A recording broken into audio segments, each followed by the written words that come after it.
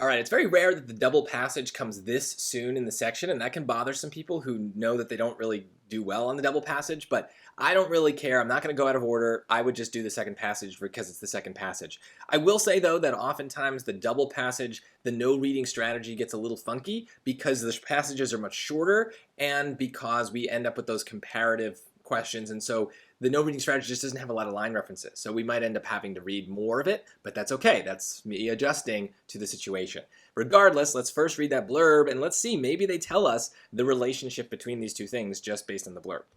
Passage 1 is adapted from a speech delivered by Paul Robeson for Freedom and Peace, originally published in 1949. Passage 2 is adapted from a speech delivered in 1949 by Jackie Robinson, testimony before the House Un-American Activities Committee. Robeson, an actor and singer, discusses remarks he made at a peace conference in Paris during a time of high tension between the United States and the Communist Soviet Union, also called Russia.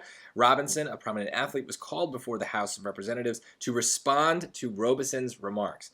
So, look, I don't know anything yet, but if you are responding to someone else, you're usually not saying I agree 100%. So there's probably, my prediction, my dumb summary is that this is probably going to be a disagreement of some kind. I could be wrong, but it's okay to make this kind of first impression and see what happens. So let's go to the questions. Number 1, in passage 1, the speaker indicates that he loves the Soviet people because. So this, it doesn't have a line reference, but I think that this is going to have a very specific sentence that I'm going to find. So I'm not going to wait on this question and do it at the end. I'm going to do it now and look for some sentence, probably near the beginning, that talks about the love of the Soviet people. So let's see. Well, what do you know? I love the Soviet people more than any other nation because of their suffering and sacrifices for us, the Negro people, the progressive people, the people of the future in this world.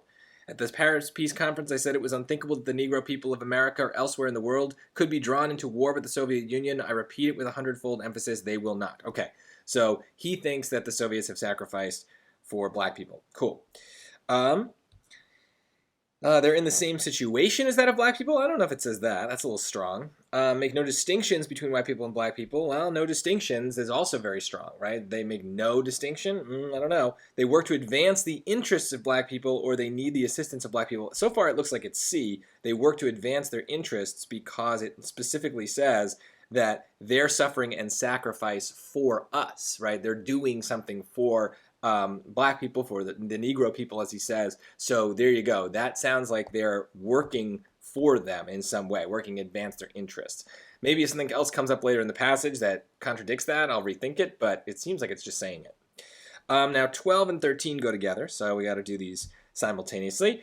The speaker would most likely agree with which statement about the relationship between a nation and its citizens? So between a nation and its citizens, what's he going to say? Okay. So 1 to 4, well, we just read that. That's just about his love of the Soviets, so I don't think that has anything to do with anything, so let's get rid of that. 5 to 9, I read this as well. This is B. At the Paris Peace Conference, I said it was unthinkable that the Negro people of America or elsewhere in the world could be drawn into war with the Soviet Union. I repeat it with 100-fold emphasis, they will not. I don't think he's not saying anything about a nation and its citizens. This seems random. Let's do 10 to 14. 10 to 14, see? I am born and bred in this America of ours. I want to love it. I love a part of it, but it's up to the rest of America when I shall love it with the same intensity that I love the Negro people from whom I spring. So he's saying that there is a difference, right? You can love a country, but not totally. You can love your people. So this seems maybe relevant. So, I don't know, people versus country, something like that. 30 to 32, let's check that out. That could work. 30 to 32. But to fulfill our responsibilities as Americans, we must unite, especially we Negro people. We must know our strength. We are the decisive force. Okay. Some of unity, I don't know. I think C is going to be the line reference, but let's see. Let's see what these say. A nation depends more on its citizens than its citizens depend on the nation. Interesting. I don't know. A nation has the right to require that its citizens fight in its defense? No, they're not talking about that in any of those lines.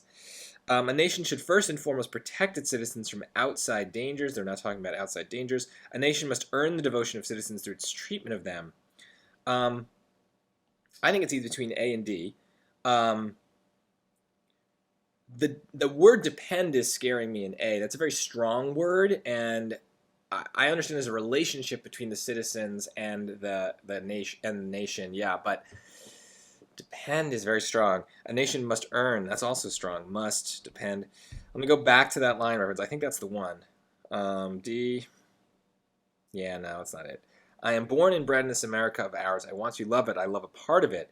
But it's up to the rest of America when I shall love it with the same intensity that I love the Negro people from whom I spring. In the way that I love progressives. Okay. Um,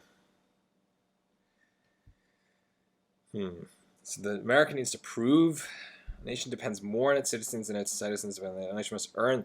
Yeah, I think it's this. I think it's D. Because what he's saying here is like, it's up to you. It's up to America to earn my love, right? So that word must is very strong in D, but it works here. You must earn the devotion to you because you must treat me better. Like that definitely fits. So that's the answer to 12. 13 is going to be C. That's the one that matched with it. Yeah, that's definitely it. 14. The speaker of passage 1 uses the phrase historic role, historic duty, most likely to. Okay, so 35, 42. So we're kind of going here and then into the next part. So let's just kind of read this whole paragraph. But to fulfill our responsibilities, we must unite, especially when you're people. We must know our strength. We are the decisive force. That's why they fear us. And if we unite in all our might, this world can fast be changed. Let us create that unity now. And this is important. Historical Negro people, our white allies here, must fully comprehend. This means increasing understanding of the Negro, this tremendous struggle, his great contributions, his potential for leadership at all levels in the common task of liberation. It means courage to stand by our side, whatever the consequences, as we, the Negro people, fulfill our historic duty in freedom struggle. So it's all positive stuff. Let's just leave it at that for now. Highlight the accomplishments of earlier generations. No, it's about right now. Suggest that black people play a unique part in advancing a cause. I think that's probably it. Underscore how long black people have been. No, it's not about time. Emphasize the previous demonstrations of the Soviet Union's commitment to ending the oppression. No. This is way too specific. Emphasize the previous demonstrations. Name a single previous demonstration that was mentioned there. No. He talked about that much earlier, maybe in a very vague way. But right here, he's just saying that we play a unique part, and he does kind of start to list some specific ways, our leadership, our contributions. His tremendous struggle, his great contributions, his potential for leadership. See, it's not just about the past. Potential for leadership. This is about the future. So that whatever that choice was that was about the past, choice A, is the wrong time. Wrong time. So there you go. Cool. 15. Now we are moving on to passage 2, the response. Which choice best supports the idea that the speaker of passage 2 would agree that a person's political opinions do not necessarily detract from that person's accomplishments? That's a mouthful. And for a question like this, understanding the question is super important. So we have to make sure that we're not ignoring this. So a person's opinions, person's politics, do not detract from their accomplishments. Woof. All right, let's see. That's a lot to hold in my head. I've been asked to express my views on Paul Robeson's statement in Paris to the effect that American Negroes would refuse to fight in any war against Russia because we love Russia so much. So, no. Definitely not. It's saying he's going to express his views, but he hasn't expressed any views yet. So no, this is a choice that says what I want to know, but it doesn't say why it's important. 47 to 50. That's here. I haven't any comment to make on that statement except that if Mr. Robeson actually made it, it sounds very silly to me. Well, that's maybe now more of an opinion, but it's not talking generally about people's opinions about politics or their accomplishments. So this just seems way too vague. It doesn't seem to mention anything in the question. 53 to 54. Okay, here we go. He's still a famous ex-athlete and a great singer and actor. Okay, so hold on. We got to get some context here. I don't love that at all. He has a right to his personal views, and if he wants to sound silly when he expresses them in public, that's his business and not mine. He's still a famous ex-athlete and a great singer and actor. Well, I know it's not an answer choice, but it feels to me like the right answer is in here, the part that's not talked about. We'll move on, but that seems like what they're saying is like, okay, you can say whatever you want. You're still good. You're still famous and great. So, yeah, I don't know. That seems, I guess, maybe the closest answer so far. 55 to 58, let's make sure. Here. I understand that there are some few Negroes who are members of the Communist Party, and in the event of war with Russia, they'd probably act just as any other communist would. Okay, so I don't, that has nothing to do with their accomplishments. So I think C is the answer because it's the one that's talking about the person's accomplishments, right? It's saying he's still great. So it's the only one that kind of hits even a point of this. I, I think that there's better line references, or maybe this line reference should have been more inclusive, but it's the one that mentions accomplishments, so it's the one I'm going to pick. I'll move on. 16. In lines 82 and 85, the speaker's use of the word invested mainly serves to, so 82 and 85 gets me to, I'm skipping a lot. That might cause some problems later. Invested, okay. I can't speak for any 15 million people any more than any other one person can, but I know that I've got too much invested for my wife and child and myself in the future of this country, and I and other Americans of many races and faiths have too much invested in our country's welfare for any of us to throw it away. So we care about what happens, I guess. I don't know. Convey the speaker's sense that he and other Americans have a personal interest in seeing the United States flourish. Yeah, that seems right. Let's just double check. Emphasize the speaker's point that his responsibilities to his family supersede his responsibility. Nope, it's not ranking. It's not ranking things. Supersede means come before, so it's not doing that. Foreshadow the speaker's claim that racial discrimination is incompatible with essential American values. Well, look, even without reading what comes next, I know this is probably going to be wrong. Incompatible, essential, right? Like, these are very strong words, and I would need a lot of evidence to just be able to justify them. Whereas choice A, there's a lot of weakness here that I'm already kind of able to justify just with my vague understanding what's going on. His sense, that's very vague, that he and other Americans have a personal interest in seeing the United States flourish, right? We're invested in the country. Like, yeah, it's not saying in flourish in what way, but yeah. Well, let's move on to D. Reveal the speaker's concern about the potential for communist activity to negatively affect the American economy. It's very specific. It's not about the economy. They're trying to trick you here because they use the word invested. But come on, it means more than that. It's not about investing in the stock market. No, this is just wrong. And look, I haven't gone through the full trouble of proving C wrong, but if this were me on the test, I'd pick A very confidently and move on. Maybe I'm 97% confident, not 100%, but I would, for the sake of time, not worry about this. I'm pretty sure it's A. Okay, now we get to the doubles. All right, this is going to be a pain. So let's see. Oof, yeah, 4 of them. Okay, the speaker passage 1 would most likely regard black people in the United States who acted in the way described in 64 to 67 as having. Okay, so let's go to 64 to 67. Let's see what Jackie Robinson is saying there, and then we'll try to worry about what Robeson is saying. So 64 to 67 is right here. There are some colored pacifists, and they'd act just like pacifists of any color, and most Negroes, Italians, and Irish, and Jews, and Swedes, and Slavs, and other Americans would act just as all these groups did in the last war. They'd do their best to keep their country out of war. If unsuccessful, they'd do their best to help their country win the war against Russia or any other enemy that threatened us. This isn't said as any defense of the Negro's loyalty, because any loyalty that needs defense can't amount to much in the long run. Okay, so he's saying they might have their views, but they'd change them if the country's at war. Okay, so he would regard people in the black people in the United States who acted in that way as having. Okay, so if a black person is a pacifist and then goes and defends the country, what would passage 1 guy say? Ooh, I don't know. That's a very specific thing to worry about. My guess is he'd say, I disagree, right? That was my dumb summary from the start. I got other evidence as we looked at passage 2 that this is a disagreement with what Robeson is saying. So it feels like he'd be like, I disagree. So let's maybe see if we can verify that. Let's look quickly at this and talk about, is there anything about defending? Yeah, the peace conference, this will not happen. I love our country. They were the first to die for our freedom and the first, not afraid of communists. I will defend them as they defended us. To fulfill our responsibilities as Americans, we must unite. We must know our strength. We are the decisive force. That's why they fear us. And if we unite in all our might, this world can be fast changed. All this is more. Okay. I don't know. I don't know what's going on. Let's look at the choices. Sometimes it happens. When you gotta look at the choices, they'll tell you stuff to care about. So the people who would defend or fight against the Russians, I guess, failed to understand the great contributions that black people in the United States have made to political progress.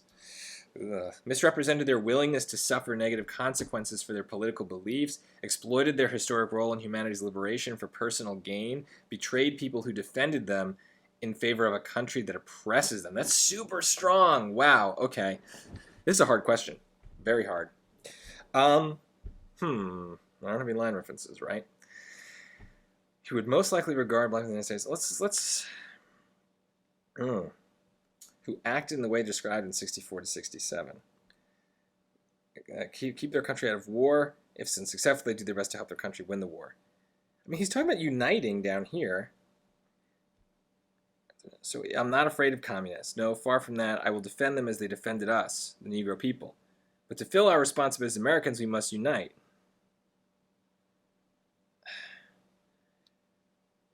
We are a decisive force. If the world can be changed, let's create that unity now. I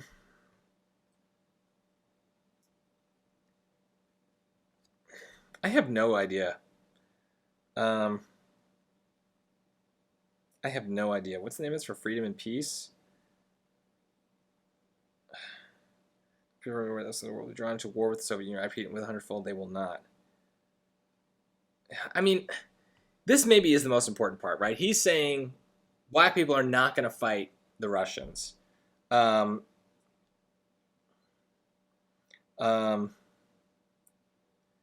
He loves the Soviet Union. Yeah. This is very difficult. I don't know. Fail to understand the great contribution. So the people who fought, no, I don't know what political progress we're talking about here. He's maybe talking about political progress happening now, so this seems wrong.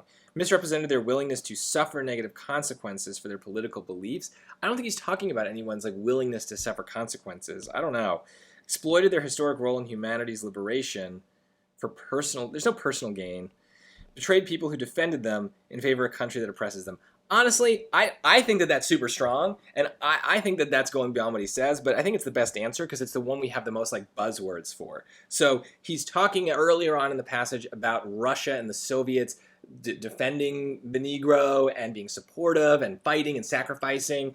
And then he says later about America that they haven't even earned my love yet, right? They haven't earned my loyalty or his loyalty. And so if the people then would start defending America against the Russians, I guess he would say, the Russians were just fighting for you. Why are you now fighting against them? You've betrayed them. That feels like a lot. So this is, again, another one of these questions where I think the SAT did not do a great job of linking the evidence in the passage with the answer choice. I could be wrong, though. Maybe it's not D. We'll see at the end. Remember, watch the video all the way through to see if I get any wrong. But let's move on to 18. I would not like that question. That'd be one I'd come back to with any extra time. Cool. Based on the passages, the two speakers would most likely agree with which point about the United States. Okay.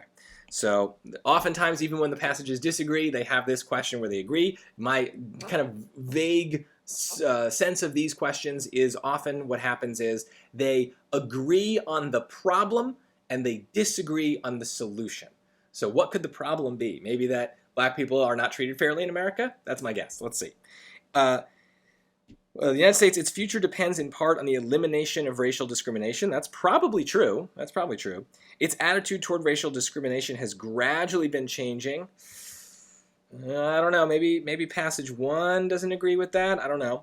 Its history of racial discrimination has no parallel in other nations. No, I don't think that they're not talking about other nations really ever, other than Russia. Its rejection of communism is a product of its legacy of racial discrimination. I don't think so. Let me look at Robinson again. We kind of skipped some stuff in here. There's some colored pacifists. Just a second, I just would. This isn't said in the defense because no one has ever questioned the racist loyalty. American public is off the wrong foot when it begins to think of radicals in terms of any special minority group. This organized boycott, something about boycotts here. But this doesn't mean that we're going to stop fighting racism. Got it licked. It means that we're going to fight it all the harder because they're saying, yeah. So Robinson is definitely talking about the future depending on the elimination of racial discrimination. I don't know that passage 1 is as optimistic about racial discrimination changing.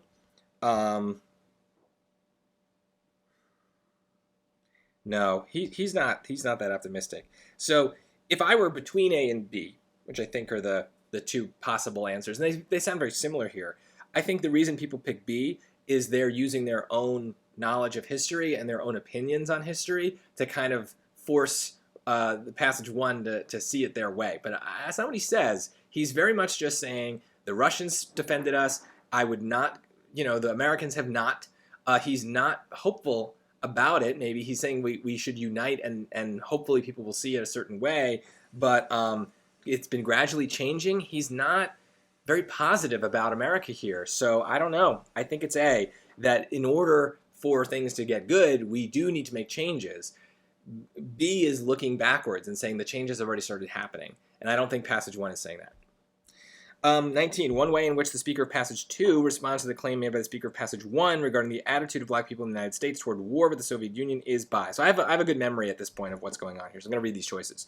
Citing several examples of black people in the United States who hold views contrary to those of the speaker. No, I don't remember them mentioning specific people at all. Arguing that the speaker of passage 1 has exaggerated the views of black people in the United States for rhetorical effect. Maybe.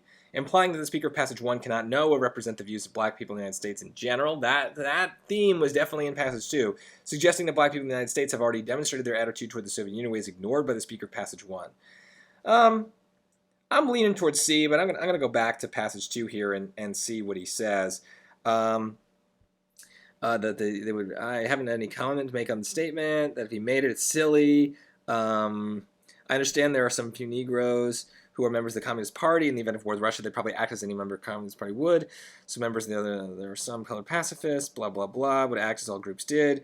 They do their, okay, this is instead of any defense of Negroes' loyalty, and no one has ever questioned, okay, what I'm trying to get across is that the American public is often the wrong foot when we begin to think of radicalism.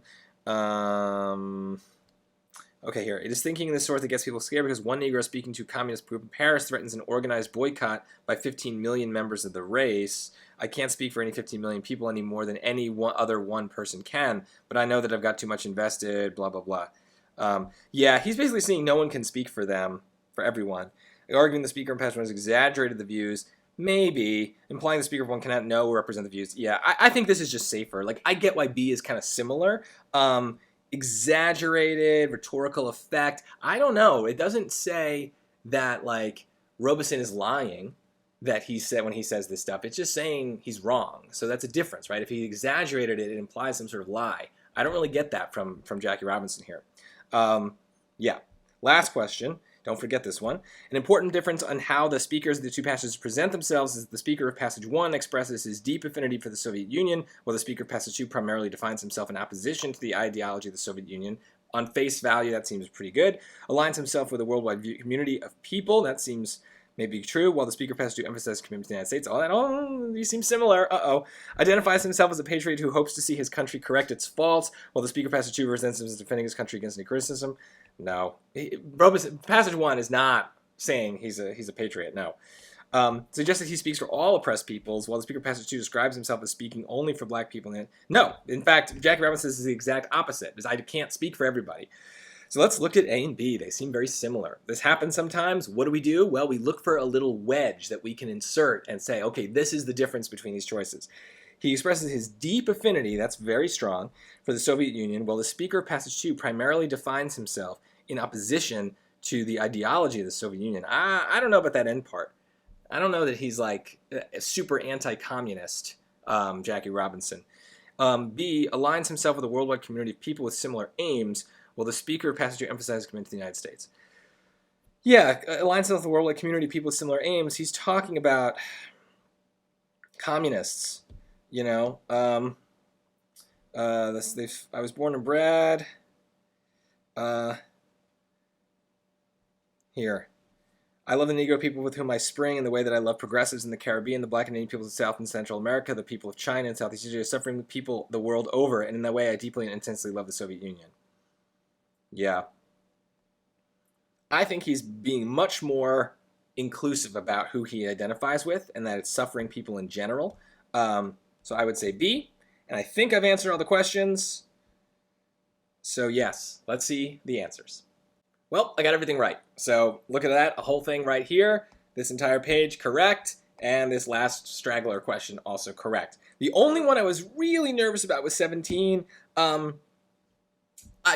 mean, I stand by it. Like, obviously I got it right, but it just goes to show that the old-timey history passages, the double passages, these can feel very intimidating because you feel like you're losing out on not maybe having a good deep history knowledge, but it's not really necessary. I never really thought about the civil rights movement as I was answering these questions. I always thought about what these people were saying. In fact, thinking about the civil rights movement may have led me into some traps because these people are talking about that in a very interesting way. They're talking about how it relates to Russia. They're talking, I think especially with this question 20, where the choice A was very tempting, right?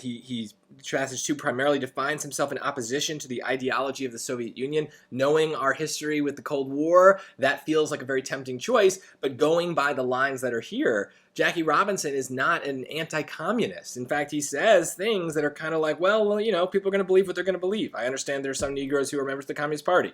So, okay, fine, whatever. He's not anti-communist, he's just kind of like, yeah, I'm invested in America. So this is a great example of why you can't let a passage topic freak you out or a passage type freak you out.